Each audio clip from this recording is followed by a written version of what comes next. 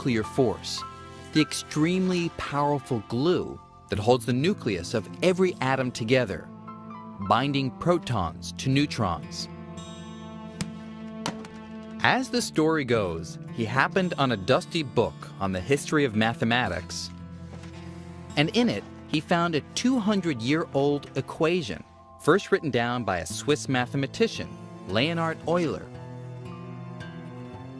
Veneziano was amazed to discover that Euler's equations, long thought to be nothing more than a mathematical curiosity, seemed to describe the strong force.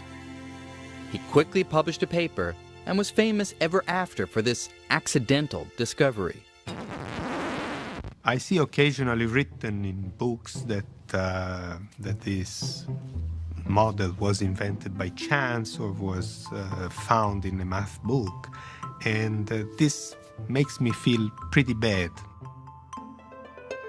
What is true is that the function was the outcome of a long year of work, and we accidentally discovered string theory. However it was discovered, Euler's equation, which miraculously explained the strong force, took on a life of its own. This was the birth of string theory.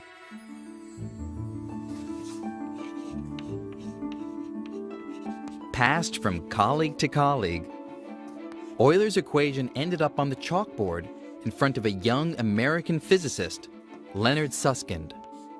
To this day, I remember the formula.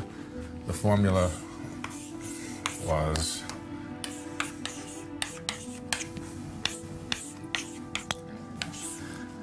and I looked at it and I said, you know, this is so simple, even I can figure out what this is. Susskind retreated to his attic to investigate. He understood that this ancient formula described the strong force mathematically, but beneath the abstract symbols, he had caught a glimpse of something new. And I fiddled with it, I monkeyed with it, I sat in my attic, I think for 2 months on and off. But the first thing I could see in it, it was describing some kind of particles which had internal structure, which could vibrate, which could do things, which wasn't just a point particle. And I began to realize what was being described here was a string, an elastic string, like a rubber band, or like a rubber band cut in half. And this rubber band could not only stretch and contract, but wiggle. And, marvel of marvels, it exactly agreed with this formula. As Susskind drowned his sorrows over the rejection of his far-out idea, it appeared string theory was dead.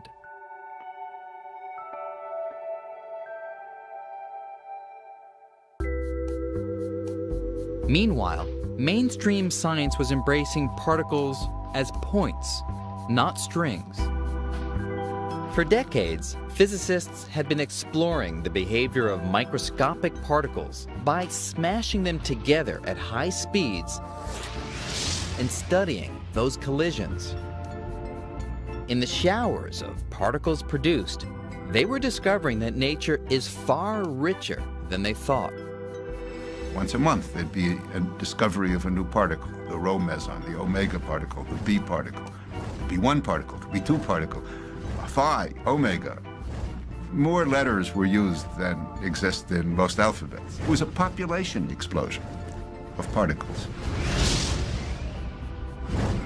It was a time when graduate students would run through the halls of a physics building, say, they discovered another particle, and it fit the theories, and it was all so exciting. And in this zoo of new particles, scientists weren't just discovering building blocks of matter. Leaving string theory in the dust, physicists made a startling and strange prediction: that the forces of nature can also be explained by particles.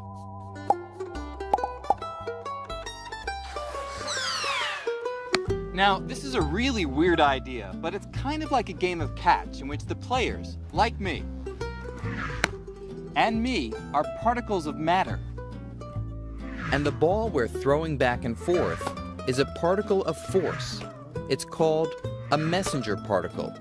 For example, in the case of magnetism, the electromagnetic force, this ball would be a photon. The more of these messenger particles or photons that are exchanged between us, the stronger the magnetic attraction. And scientists predicted that it's this exchange of messenger particles that creates what we feel as force. Experiments confirm these predictions with the discovery of the messenger particles for electromagnetism, the strong force, and the weak force. And using these newly discovered particles, scientists were closing in on Einstein's dream of unifying the forces.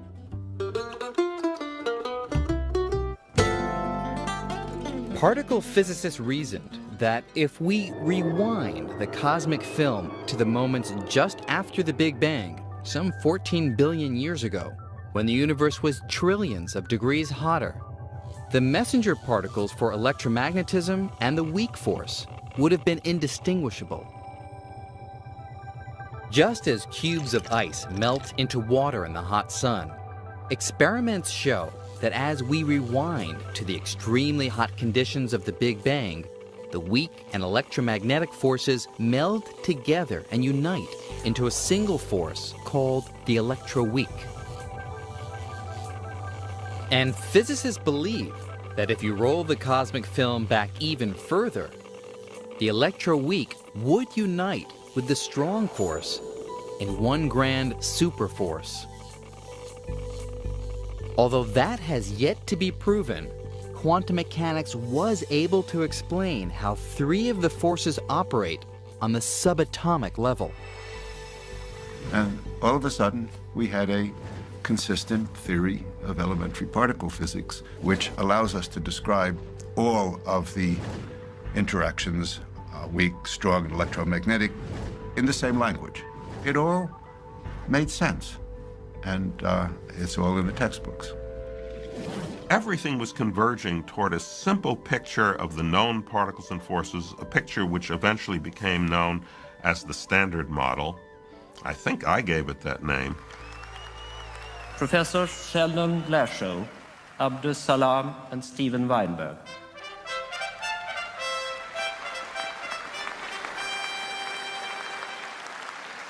The inventors of the Standard Model, both the name and the theory, were the toasts of the scientific community, receiving Nobel Prize after Nobel Prize.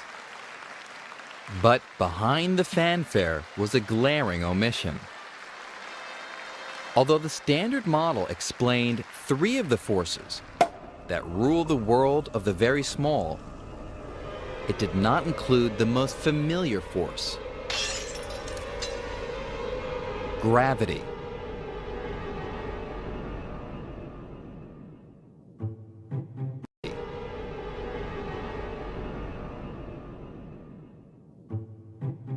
Overshadowed by the Standard Model, string theory became a backwater of physics. Most people in our community lost completely interest in string theory. They said, okay, that was a very nice, elegant thing, but had nothing to do with nature. It's not taken seriously by much of the community, but the early pioneers of string theory are convinced that they can smell reality and continue to pursue the idea. But the more these diehards delved into string theory, the more problems they found. Early string theory had a number of problems. One was that it predicted a particle which we know is unphysical. It's what's called a tachyon, a particle that travels faster than light. There was this discovery that the theory requires 10 dimensions, which is very disturbing, of course, since it's obvious that that's more than there are. It had a massless particle which was not seen in experiments. So these theories didn't seem to make sense. This seemed crazy to people. Basically, string theory was not getting off the ground. People threw up their hands and said, this can't be right.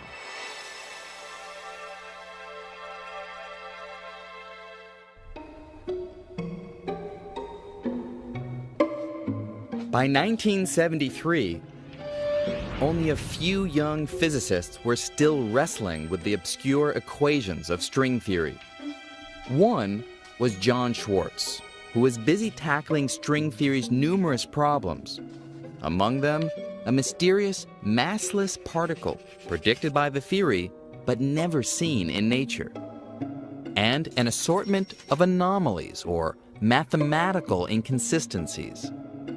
We spent a long time trying to fiddle with the theory. We tried all sorts of ways of making the dimension before, getting rid of these massless particles and the tachyons and so on. But it was always ugly and unconvincing. For 4 years, Schwarz tried to tame the unruly equations of string theory, changing, adjusting, combining and recombining them in different ways. But nothing worked. On the verge of abandoning string theory, Schwarz had a brainstorm. Perhaps his equations were describing gravity, but that meant reconsidering the size of these tiny strands of energy. We weren't thinking about gravity up till that point, but as soon as we suggested that maybe we should be dealing with a theory of gravity, we had to radically change our view of how big these strings were. By supposing that strings were 100 billion times smaller than an atom, one of the theory's vices became a virtue. The mysterious particle John Schwarz had been trying to get rid of now appeared to be a graviton, the long sought-after particle believed to transmit gravity at the quantum level. String theory had produced the piece of the puzzle missing from the standard model. Schwarz submitted for publication his groundbreaking new theory describing how gravity works in the subatomic world. It seemed very obvious to us that it was right, but there was really no reaction in the community whatsoever. Once again, string theory fell on deaf ears. But Schwarz would not be deterred. He had glimpsed the Holy Grail. If strings described gravity at the quantum level, they must be the key to unifying the four forces. He was joined in this quest by one of the only other scientists willing to risk his career on strings, Michael Green. In a sense, I think we had a quiet confidence that string theory was obviously correct, and it didn't matter much if people didn't see it at that point. They would see it down the line. But for Green's confidence to pay off, he and Schwarz would have to confront the fact that in the early 1980s, string theory still had fatal flaws in the math, known as anomalies. An anomaly is just what it sounds like. It's something that's strange or out of place, something that doesn't belong. Now, this kind of anomaly is just weird. But mathematical anomalies can spell doom for a theory of physics. They're a little complicated, so here's a simple example. Let's say we have a theory in which these two equations describe one physical property of our universe. Now, if I solve this equation over here and I find x equals 1, and if I solve this equation over here and find x equals 2, I know my theory has anomalies because there should only be one value for x. Unless I can revise my equations to get the same value for x on both sides, the theory is dead. In the early 1980s, string theory was riddled with mathematical anomalies kind of like these, although the equations were much more complex. The future of the theory depended on ridding the equations of these fatal inconsistencies.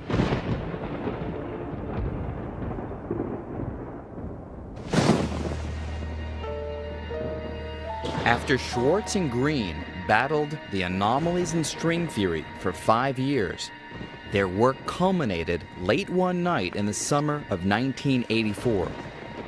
It was widely believed that these theories must be inconsistent because of anomalies. Well, for no really good reason, I just felt that had to be wrong because I felt string theory's got to be right, therefore there can't be anomalies. So we decided we got to calculate these things. Amazingly, it all boiled down to a single calculation. On one side of the blackboard, they got 496. And if they got the matching number on the other side, it would prove string theory was free of anomalies. I do remember a particular moment when John Schwartz and I were talking at the blackboard and working out these numbers which had to fit, and they just had to match exactly. I remember joking with John Schwartz at that moment because there was thunder and lightning. There was a big mountain storm in Aspen at that moment. And I remember saying something like, that we must be getting pretty close because the gods are trying to prevent us completing this calculation. And indeed, they did match. The matching numbers meant the theory was free of anomalies, and it had the mathematical depth to encompass all four forces. So we recognized not only that the strings could describe gravity, but they could also describe the other forces. So we spoke in terms of unification, and we saw this as a possibility of realizing the dream that Einstein had expressed in his later years of unifying the different forces in some deeper framework. We felt great. That was an extraordinary moment because we realized that no other theory had ever succeeded in doing that. But by now, it's like crying wolf. Each time we'd done something, I figured everyone's going to be excited, and they weren't. So I figured by now I didn't expect much of a reaction. But this time, the reaction was explosive. In less than a year, the number of string theorists leapt from just a handful to hundreds. Up to that moment, the longest talk I'd ever given on a subject was 5 minutes at some minor conference, and then suddenly I was invited all over the world to give talks and lectures and so forth. New version of string theory seemed capable of describing all the building blocks of nature. Here's how. Inside every grain of sand are billions of tiny atoms. Every atom is made of smaller bits of matter, electrons orbiting a nucleus made of protons and neutrons, which are made of even smaller bits of matter called quarks. But string theory says this is not the end of the line. It makes the astounding claim that the particles making up everything in the universe are made of even smaller ingredients, tiny, wiggling strands of energy that look like strings. Each of these strings is unimaginably small.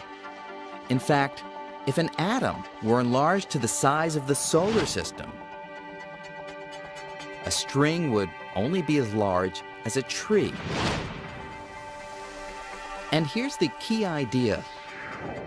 Just as different vibrational patterns or frequencies of a single cello string create what we hear as different musical notes, the different ways that strings vibrate give particles their unique properties, such as mass and charge. For example, the only difference between the particles making up you and me and the particles that transmit gravity and the other forces is the way these tiny strings vibrate.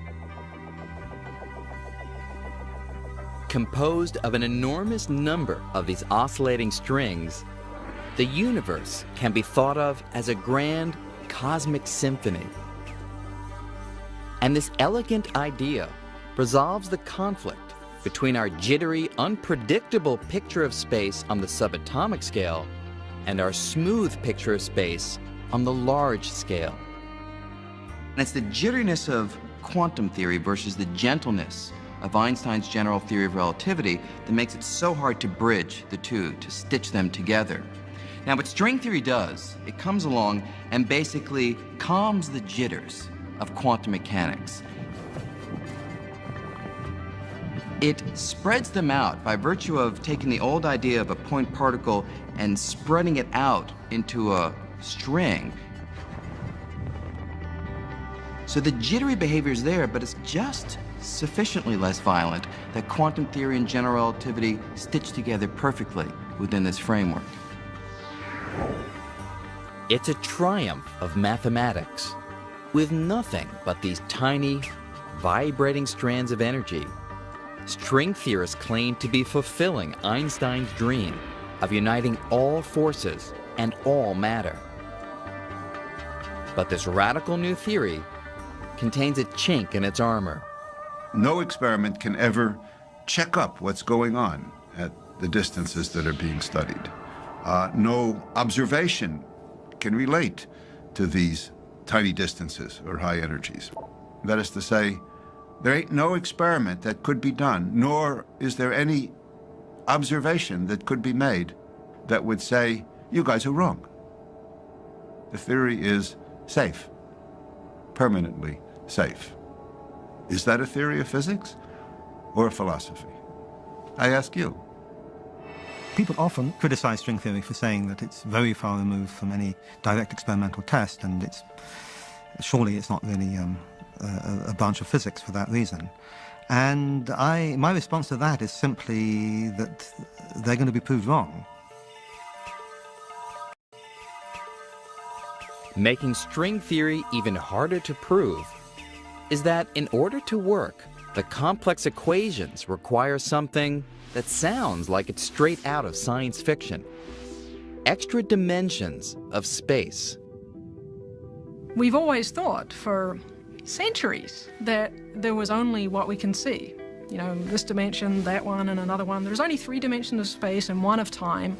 And people who've said that there are extra dimensions of space have been labeled as, you know, crackpots or people who are bananas. Well, string theory really predicts it. To be taken seriously, string theorists had to explain how this bizarre prediction could be true. And they claim that the far-out idea of extra dimensions may be more down to earth than you'd think.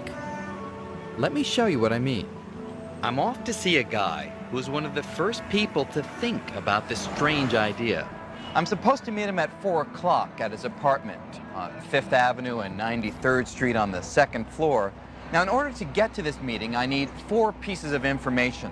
1 for each of the 3 dimensions of space, a street, an avenue, and a floor number, and 1 more for time, the 4th dimension. You can think about these as the 4 dimensions of common experience. Left, right, back, forth, up, down, and time. As it turns out, the strange idea that there are additional dimensions stretches back almost a century. Our sense that we live in a universe of 3 spatial dimensions really seems beyond question. But in 1919, Theodor Kaluza, a virtually unknown German mathematician, had the courage to challenge the obvious. He suggested that maybe, just maybe, our universe has 1 more dimension that for some reason we just can't see. Look, he says here, I like your idea. So why does he delay? You see, Kaluza had sent his idea about an additional spatial dimension to Albert Einstein. And although Einstein was initially enthusiastic, he then seemed to waver and for 2 years held up publication of Kaluza's paper. Eventually, Kaluza's paper was published after Einstein decided extra dimensions were his cup of tea. Here's the idea. In 1916, Einstein showed that gravity is nothing but warps and ripples in the 4 familiar dimensions of space and time. Just 3 years later, Kaluza proposed that electromagnetism might also be ripples. But for that to be true, Kaluza needed a place for those ripples to occur. So Kaluza proposed an additional hidden dimension of space. But if Kaluza was right, where is this extra dimension? And what would extra dimensions look like? Can we even begin to imagine them? Well, building upon